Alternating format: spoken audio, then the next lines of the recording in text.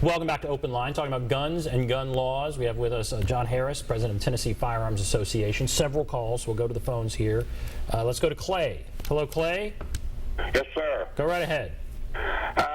Try to make it real quick, see if I can get my thoughts together. It's a very different world than it was 50, 60 years ago. When I was a kid, there was nothing like what comes on the news today. Yeah. I don't know if it's happening or not. I don't think so. The world's a very dangerous place, and I hope this new president we're going to get, I think the one we get is going to be the right one. We're all in danger, not only abroad, but here. I spent 22 years in the Marine Corps. My little toes have been in Southeast, Southwest Asia, and the Gulf. And it looks like it's about as dangerous here as it is the Gulf. The people who don't need guns are the very ones who have them. I think there's too much regulations on the guns.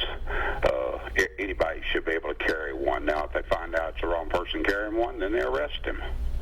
But it's kind of like the Old West now, except the bad Bart has the gun, and the guy in the white hat don't have one. All right, Clay, thank you. I'll let you comment on that quickly, and then we'll go to the next call. Well, he's right on point of constitutional carry. Mm-hmm. You know, our theory is if you're an adult citizen, you should be allowed to carry a gun if you choose to do so, and if you misuse it, then you need to be severely punished. The sanctions should be higher. But all of this gatekeeping of trying to keep them away from certain people goes overboard. I hate everyone lives in such fear. Do you think that's warranted? I mean, here we are, local news, you see a lot of bad stuff happen, but is the fear that people live in so warranted day to day, in your opinion? I think in the area of violent crime, the concern that people that I talk to have is if they're the victim, they may not survive it. There's not going to be a cop standing there. Even if there is, they can't stop it. And so they at least want the chance to be able to defend themselves if they're put in that scenario. And there's a lot of, I mean, you got to look at the numbers. There's a tremendous number of Tennesseans going to get their carry permits, and it has been on a rocket ride since 2008 with more and more people doing it. Let's go to Dorian. Hello, Dorian. Go right ahead. I was wondering, I have a Class E felony for driving offenses. Am I still allowed to own a gun or pass a background check? Okay. If you have a Class E felony, and I can't tell you specifically in your situation, but there is, in 2012 and 13, there were some changes to state law. If it's a Tennessee felony, where Class E nonviolent felons with certain specific felonies, mainly the nonviolent ones, can have their record expunged if that's the only prior history. If you're not eligible for that, then you've got a nonviolent felony. You might be able to do a restoration of rights, but you're really going to have to come in and talk with an attorney that does this kind of stuff to know. But there is a chance with a nonviolent felony that's a Class E that you might be eligible for expungement, which completely gets rid of it, or a restoration, and depending on the restoration facts, you may be able to get the ability back to have a carry permit and a firearm. Let's go to Ezra. Hello, Ezra. Yeah, hi. Go right ahead. I'd like to address two things that Mr. Harris said. One, about that if the terrorist couple had a background check, that maybe they might have passed anyway. Well, mathematically, maybe they wouldn't have, and without the background check, well, there's nothing stopping them at all, right? So with the background check, there was even a chance that couldn't have happened. So any chance is worth saving any amount of life. And as far as fear is concerned, it seems to me that people who feel they need to have guns, they're the ones that must be full of fear. I don't have that kind of fear. I don't feel like I have to go run out and get a gun to protect myself. I'm 68 years old, and I've lived without having to get a gun. In fact, I've had a gun pointed at me and talked the person out of shooting me. If you have logic and common sense, and it's not fear that makes me think people should have background checks. It's concern for other people's lives, and also the rights that we might have been given 200 years ago. Times, as the other gentleman said, certainly have changed, and there is a lot more of shootings and killings from shootings going on now. And it seems like anybody can have a gun, and I think that anything that could curb curb that is good. having in place.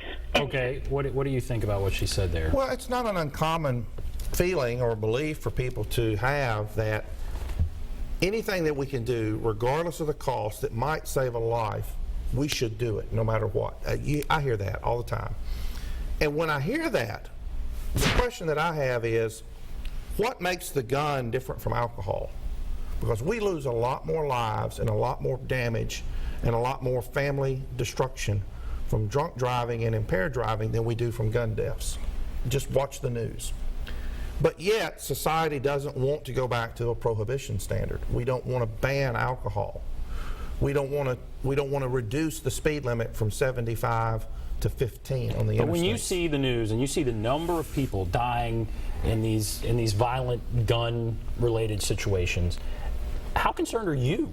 Do you think there is something we need to do? I think part of what she is saying is we have to do something. Is there not something we can do? We can't just blindly go on the same path. What do we do? Well, and I think that's a very complicated question, because when you start, like, use the alcohol example. So is your solution isolating guns and saying we're going to let people drink and drive because we think alcohol is beneficial, people like it, but we're not going to allow them to have a gun for self-defense, or we're going to put the standards really high? The other thing is it gets into this issue of gun-free zones like we had with the Chattanooga, recruiters. Is the solution really looking at, do we have too many gun-free zones, and we need to sort of get rid of those so that people have the ability to defend themselves if they're attacked? Because in each of these multi-victim shooting scenarios, what you typically find is, and there's not a lot of them out there, but typically those end at or soon after the point in time when there's armed resistance. And so that brings me back to what I was saying.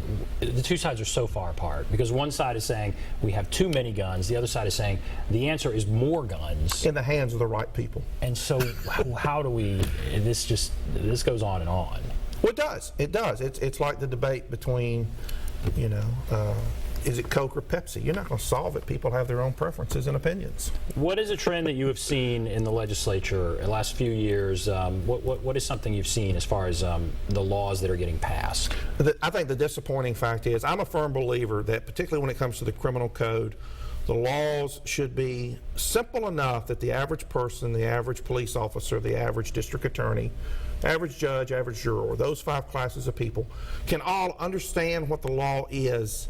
And the question becomes, did this person violate that standard?